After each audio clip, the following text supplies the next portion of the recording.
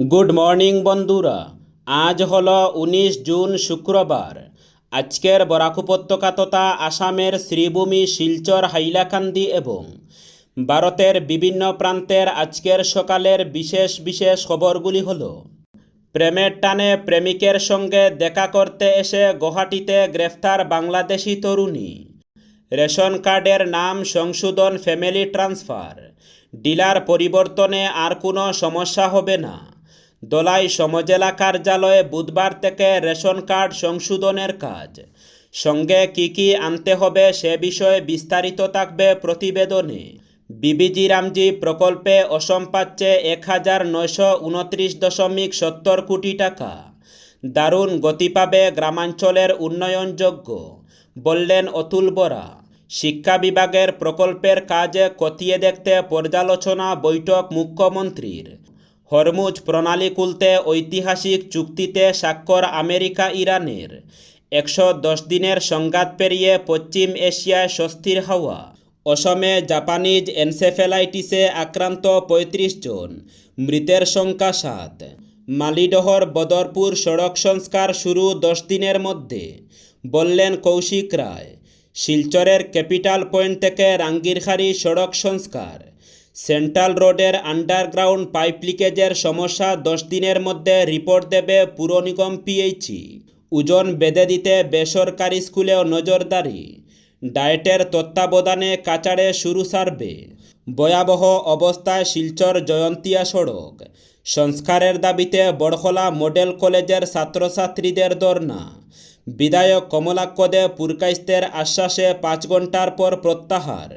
Hailakandi civil হাসপাতালে রোগীর কাছে টাকা দাবি, মারধরের অভিযোগ। আগামীকাল প্রধানমন্ত্রী পিএম কিষানের 23তম কিস্তির টাকা। আগামীকাল জেলা জুড়ে প্রধানমন্ত্রী কিষাণ উৎসব দিবস উদযাপন। কামাখ্যা রেল স্টেশনে 23 লক্ষ টাকার জাল নোট উদ্ধার। গ্রেফতার 3। বকেয়া গুদাম ভাড়াকে কেন্দ্র করে উত্তেজনা। গ্যাস এজেন্সির গুদামের রাস্তা বন্ধ করে দিলেন জমির মালিক। এবং সর্বশেষ খবরটি, মহারাষ্ট্রের ঈশ্বরের আবদার দাবিদার বাবাকে ধর্ষণের অভিযোগে গ্রেফতার। তাহলে বিস্তারিত খবরে যাওয়ার আগে অবশ্যই চ্যানেলটি সাবস্ক্রাইব করে পাশের বেল আইকনটি বাজিয়ে রাখবেন এবং ফেসবুক পেজটি ফলো করে অবশ্যই ভিডিওটি শেয়ার করুন। এবার শুনুন আজকের বিস্তারিত খবরগুলি। ভুয়ো পরিচয়পত্র ব্যবহার করে বেআইনিভাবে ভারতে বসবাস এবং কাজ করার অভিযোগে বাংলাদেশি এক যুবতীকে গ্রেফতার করা হয়েছে। 16 জুন রাতে গুয়াহাটির লোকপ্রিয় গোপীনাথ বরদলৈ আন্তর্জাতিক বিমানবন্দর থেকে 24 বছর বয়সী ওই যুবতীকে গ্রেফতার করা হয়। পুলিশ সূত্রে জানা গেছে, ওই যুবতী এয়ার ইন্ডিয়ার একটি ফ্লাইটে রাতে 7:45 নাগাদ বেঙ্গালুরু থেকে গুয়াহাটিতে পৌঁছান। তার উদ্দেশ্য ছিল এক যুবকের সঙ্গে দেখা করা। যুবকটি তার সঙ্গে বেঙ্গালুরুতে কাজ করতেন। কয়েক মাস আগে ওই যুবক অসমে নিজের বাড়িতে চলে আসেন আর বেঙ্গালুরুতে ফেরেননি। ওই যুবকের সঙ্গে দেখা করতে যুবতী গুয়াহাটিতে এসেছেন বলে জানা গেছে, তবে তার সেই পরিকল্পনা ভেস্তে দেয় পুলিশ। রেশন কার্ড থেকে নাম কেটে ফেলা নিয়ে দীর্ঘ প্রতীক্ষার অবসান হলো। এখন থেকে রেশন কার্ড থেকে গ্রাহকদের নাম কেটে ফেলা, নাম সংশোধন, ট্রান্সফার অফ ফ্যামিলি মেম্বার্স এবং ডিলার পরিবর্তন নিয়ে আর কোনো অসুবিধা হবে না। কাছাড় জেলা ফুড অ্যান্ড সিভিল সাপ্লাইয়ের ইন্সপেক্টর তথা দলাই সমজেলার সরবরাহ বিভাগের ইন্সপেক্টর মুকিদর দাস বৃহস্পতিবার সাংবাদিকদের বলেন, এখন থেকে নাম কেটে ফেলা, নাম সংশোধন, ট্রান্সফার অফ ফ্যামিলি মেম্বার্স এবং ডিলার পরিবর্তন নিয়ে কোনো অসুবিধা হবে না। দলাই সমজেলা এলাকার প্রত্যেক গ্রাহক আগামী 24 জুন সমজেলা কার্যালয়ে সরবরাহ বিভাগে এসে সুযোগগুলো গ্রহণ করতে পারবেন। তবে সঙ্গে নিয়ে আসতে হবে আধার কার্ড, রেশন কার্ড ও ডিলারের নম্বর। তিনি বলেন, গত 1.5 বছর ধরে সরবরাহ বিভাগের স্মার্ট পিডিএস পোর্টালে অসুবিধা চলায় তারা এই সুবিধাগুলো গ্রাহকদের দিতে পারেননি বলে এদিন জানান সরবরাহ বিভাগের ইন্সপেক্টর। বকেয়া গুদাম ভাড়া পরিশোধ না করার অভিযোগে কালাইন এলাকায় অবস্থিত একটি ইন্ডিয়ান গ্যাস এজেন্সির গুদামের প্রবেশপথ বন্ধ করে দেওয়ার ঘটনায় চাঞ্চল্যের সৃষ্টি হয়েছে। অভিযোগ, জমির মালিক কুমারজিৎ দেব বৃহস্পতিবার এক্সকেভেটর দিয়ে রাস্তার সামনে নালা কেটে গুদামে যাতায়াতের পথে বন্ধ করে দেন। কুমারজিৎ দেবের দাবি, গ্যাস এজেন্সির মালিক দিলীপ দাসের কাছে তার বিপুল পরিমাণ ভাড়া বকেয়া রয়েছে। বহুবার তাগদা দেওয়া সত্ত্বেও এই টাকা পরিশোধ করা হয়নি। তিনি জানান, বকেয়া মেটানোর আশ্বাস দিয়ে দিলীপ দাস একটি চেক প্রদান করলেও ব্যাংকে জমা দেওয়ার পর সেটি বাউন্স হয়ে যায়। এ ঘটনায় তিনি ইতিমধ্যেই আইনি পদক্ষেপ গ্রহণ করে মামলা দায়ের করেছেন। জমির মালিক আরও অভিযোগ করেন, পাওনা টাকার দাবি জানালে তাকে বিভিন্নভাবে হুমকি দেওয়া হয়েছে। পাশাপাশি তার অভিযোগ, সংশ্লিষ্ট ঊর্ধ্বতন কর্তৃপক্ষের এক ব্যক্তির সঙ্গে যোগসাজশে দীর্ঘদিন ধরে এজেন্সির মালিক অবৈধভাবে ব্যবসা পরিচালনা করে আসছেন। শ্রীভূমির জেলা কৃষি আধিকারিক এক বিজ্ঞপ্তিযোগে জানিয়েছেন, আগামীকাল 20 জুন জেলা জুড়ে প্রধানমন্ত্রী কিষাণ উৎসব দিবস উদযাপন করা হবে। দেশের প্রধানমন্ত্রী ওই দিন পশ্চিমবঙ্গের হুগলি জেলার তারকেশ্বর থেকে আনুষ্ঠানিকভাবে পিএম কিষাণ প্রকল্পের 23তম কিস্তির টাকা সুবিধাভোগী কৃষকদের উদ্দেশ্যে রিলিজ করবেন। এই ঐতিহাসিক মুহূর্তটিকে উদযাপন করতে এবং কৃষক সমাজের কল্যাণে ব্যাপক প্রচার নিশ্চিত করার লক্ষ্যে শ্রীভূমি জেলার সমস্ত গ্রাম পঞ্চায়েত কার্যালয়ে বিশেষ অনুষ্ঠানের আয়োজন করা হয়েছে। 20 জুন দুপুর 2টা থেকে জেলার সব গ্রাম পঞ্চায়েত কার্যালয়, শ্রীভূমির কৃষি বিজ্ঞান কেন্দ্র এবং মালেগড়, বদরপুর, চৈতন্যনগর, নীলামবাজার, বৈরবনগর, দুর্লভছড়া, পাতারকান্দি, লুয়ারপোয়া ডেভেলপমেন্ট ব্লকে লাইভ ওয়েবকাস্ট করে দেখানো হবে। অনুষ্ঠানটি সরাসরি অনলাইনে দেখার জন্য উপরে স্ক্রিনের লিঙ্কটি ব্যবহার করে দেখা যাবে। জেলা কৃষি আধিকারিক এক আদেশে সব গ্রাম পঞ্চায়েত সচিবদের তাদের নিজ নিজ এলাকায় কৃষকদের মধ্যে এই কর্মসূচির প্রচার চালাতে এবং উৎসবটি সফলভাবে আয়োজন করার নির্দেশ দিয়েছেন। স্থানীয় কৃষক সমাজকে ওই অনুষ্ঠানে স্বতঃস্ফূর্তভাবে অংশগ্রহণ করার জন্য জেলার কৃষি বিভাগ থেকে বিশেষভাবে অনুরোধ জানানো হয়েছে। বড্ডবাড়ি স্কুল ব্যাগ, ডাউ স্কুল ব্যাগের ওজন সামলাতে নাস্তানাবুদ হতে হচ্ছে পড়ুয়াদের। এই বোঝা লাগবে জাতীয় শিক্ষানীতি 2020-এর জাতীয় স্কুল ব্যাগ নীতিতে। কেন্দ্রীয় শিক্ষা মন্ত্রকের নির্দেশ কার্যকর রয়েছে সারা দেশেই।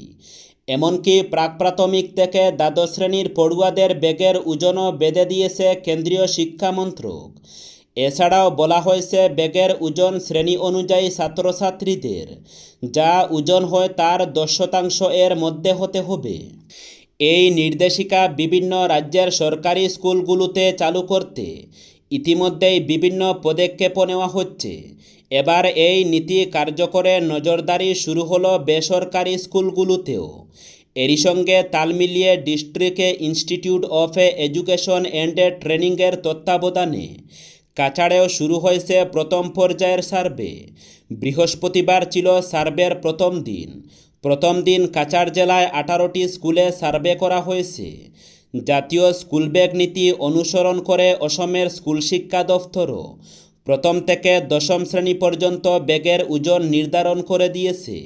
সেই অনুযায়ী প্রথম দ্বিতীয় শ্রেণীতে ব্যাগের ওজন হবে 1.5 কেজি, তৃতীয় চতুর্থ পঞ্চম শ্রেণীতে ব্যাগের ওজন হবে 2 থেকে 3 কেজি, ষষ্ঠ সপ্তম শ্রেণীতে 4 কেজি, অষ্টম নবম শ্রেণীতে 4.5 কেজি এবং দশম শ্রেণীতে স্কুল ব্যাগের ওজন হবে 5 কেজির মধ্যে। প্রতিটি ক্ষেত্রে অবশ্যই ব্যাগের নির্ধারিত ওজন হবে। জলের বোতল এবং টিফিন বক্সকে বাদ দিয়ে শুধুমাত্র বই খাতার। আবারও হাইলাকান্দি এসকে রায় সিভিল হাসপাতালে ঘুষ নেওয়ার অভিযোগ উঠল। এবার হাসপাতালে ভর্তি এক রোগীর রক্তের নমুনা পরীক্ষার বিনিময়ে অর্থ দাবি করার অভিযোগ উঠেছে। জানা গেছে, আফজল হোসেন নামের এক রোগীর চিকিৎসার স্বার্থে বেশ কয়েকটি পরীক্ষার জন্য নমুনা সংগ্রহ করা হয়েছিল। ব্লাড টেস্ট সম্পন্ন হওয়ার পর রিপোর্ট সংগ্রহ করতে গেলে হাসপাতালের ব্লাড টেস্ট বিভাগের এক কর্মী রিপোর্টের বিনিময়ে রোগীর কাছে 500 টাকা দাবি করে বসেন।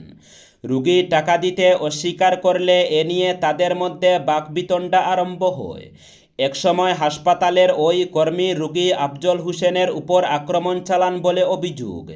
একটি চেম্বারের ভিতর নিয়ে গিয়ে তাকে মারধর চালানো হয় বলে রোগীর আত্মীয়দের অভিযোগ। খবর ছড়িয়ে পড়তেই হাসপাতাল চত্বরে উত্তেজনা দেখা দেয়। এ ব্যাপারে রোগীর পরিবারের দাবি, ঘটনার পর হাসপাতাল থেকে পালিয়ে যান অভিযুক্ত ওই কর্মী। ঘটনার তদন্তক্রমে দোষীদের বিরুদ্ধে কঠোর ব্যবস্থা গ্রহণের দাবি তুলেছেন পরিজনেরা। নিজেকে ঈশ্বরের অবতার ও অলৌকিক শক্তির অধিকারী বলে দাবি করা রাধামোহন মিশ্র নামে একে স্বঘোষিত ধর্মগুরুকে ধর্ষণের অভিযোগে গ্রেফতার করেছে পুনে পুলিশ। ঘটনাকে ঘিরে ব্যাপক চাঞ্চল্য ছড়িয়েছে। পুলিশ সূত্রে জানা গেছে, হরিয়ানার এক মহিলা অভিযোগ করেছেন যে রাধামোহন মিশ্র নিজেকে বিদ্যশক্তির অধিকারী বলে বিশ্বাস করিয়ে দীর্ঘদিন ধরে তার উপর যৌন নির্যাতন চালিয়ে আসছিল।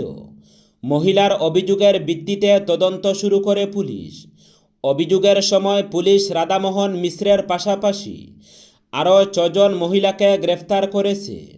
তদন্তে আশ্রম চত্বরে একটি গোপন সুড়ঙ্গেরও সন্ধান পেয়েছে পুলিশ, যা নিয়ে নতুন করে রহস্য তৈরি হয়েছে। পুলিশ ঘটনার সমস্ত দিক খতিয়ে দেখছে এবং আশ্রমের কার্যকলাপ ও সেখানে থাকা অন্যান্য ব্যক্তিদের ভূমিকা নিয়েও তদন্ত চালিয়ে যাচ্ছে পুলিশ। কামাখ্যা রেলওয়ে স্টেশনের 1 নম্বর প্ল্যাটফর্মে অভিযান চালিয়ে বিপুল পরিমাণ জাল নোট উদ্ধার করেছে রেলওয়ে পুলিশ। উদ্ধার হওয়া জাল নোটের মোট মূল্য প্রায় 23,63,000 টাকা বলে জানা গেছে। ঘটনার সঙ্গে জড়িত থাকার অভিযোগে 3 জন পাচারকারীকে গ্রেফতার করা হয়েছে। ধৃতদের নাম সমরওয়ালাল বিবেক কুমার এবং সুরজন সিং। কামাখ্যা রেলওয়ে পুলিশের কর্মকর্তা যাদব চেতিয়ার তত্ত্বাবধানে এই অভিযান পরিচালিত হয়। পুলিশ সূত্রে জানা গেছে, প্রাথমিক জিজ্ঞাসাবাদে ধৃতরা দাবি করেছে যে তারা কামাখ্যা ধাম দর্শনের উদ্দেশ্যে এসেছিল। তাদের বক্তব্য অনুযায়ী অজ্ঞাত পরিচয় কয়েকজন ব্যক্তি তাদের কাছে জাল নোট ভর্তি ব্যাগটি হস্তান্তর করেছিল। রাজ্যে গ্রামাঞ্চলের উন্নয়নে ব্যাপক গতি আনবে কেন্দ্রীয় সরকারের উচ্চাকাঙ্ক্ষী বিবিজি রামজি প্রকল্প। এই প্রকল্প রাজ্যের গ্রামাঞ্চলের মানুষের জীবনযাত্রার মান উন্নত করবে, বলেছেন রাজ্যের পঞ্চায়েত ও গ্রাম উন্নয়ন আবগারি অসম চুক্তি রূপায়ণ এবং সীমান্ত সুরক্ষা ও উন্নয়ন বিভাগের মন্ত্রী অতুল বরা। বৃহস্পতিবার ক্যাবিনেট কমিটির বৈঠকে এই বক্তব্য তুলে ধরেন মন্ত্রী অতুল বরা। বিবিজি রামজি প্রকল্পে কেন্দ্র থেকে অন্তর্বর্তীকালীন বরাদ্দ হিসাবে অসম পাচ্ছে 1,929.70 কোটি টাকা। এর পাশাপাশি প্রকল্প বাস্তবায়নে রাজ্য সরকার ব্যয় করবে প্রায় 200 কোটি টাকা। কেন্দ্রীয় সরকারের অভিলাষী প্রকল্প বিবিজি রামজি বাস্তবায়নের জন্য জোরদার প্রস্তুতি শুরু করেছে রাজ্য সরকার। অসমে জাপানিজ এনসেফ্যালাইটিসের সাম্প্রতিক পরিস্থিতি নিয়ে ন্যাশনাল সেন্টার ফর ভেক্টরবর্ন ডিজিজ কন্ট্রোলের দেওয়া সর্বশেষ তথ্যে জানা গেছে, গত 17 জুন পর্যন্ত রাজ্যে এই রোগে আক্রান্তের সংখ্যা 35 জন এবং মৃত্যু হয়েছে 7 জনের। স্বাস্থ্য দফতরের পক্ষ থেকে স্পষ্ট করে দেওয়া হয়েছে, এই পরিসংখ্যানটি শুধুমাত্র জাপানিজ এনসেফ্যালাইটিসে আক্রান্ত রোগীদের ক্ষেত্রেই প্রযোজ্য। অন্যদিকে রাজ্যে অ্যাকিউট এনসেফ্যালাইটিস সিন্ড্রোমে আক্রান্তের সংখ্যা 470 এবং এই রোগে প্রাণ হারিয়েছেন 32 জন। মুখ্যমন্ত্রী ডক্টর হিমন্ত বিশ্ব শর্মার পৌরোহিত্যে আজ রাজ্যের শিক্ষা বিভাগের একটি পর্যালোচনা বৈঠক অনুষ্ঠিত হয়। বৈঠকে বিদ্যালয়, মাধ্যমিক, উচ্চ এবং কারিগরি শিক্ষাক্ষেত্রের সামগ্রিক অগ্রগতির পর্যালোচনা করা হয়।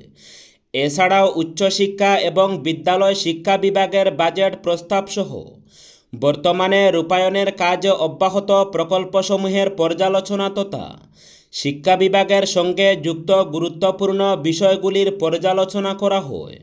মুখ্যমন্ত্রী হিমন্ত বিশ্ব শর্মা এই বৈঠকে নিযুত ময়না এবং নিযুত বাবু প্রকল্পের রূপায়ণ, বিনামূল্যে স্কুটি, সাইকেল এবং পাঠ্যবই বিতরণ সহ বিনামূল্যে নামভর্তি প্রকল্পের অগ্রগতির পর্যালোচনা করা হয়। একই সঙ্গে তিনি সরকারি আদর্শ মহাবিদ্যালয়, চা বাগান আদর্শ বিদ্যালয় এবং শিক্ষক নিযুক্তি প্রক্রিয়ারও মূল্যায়ন করেন।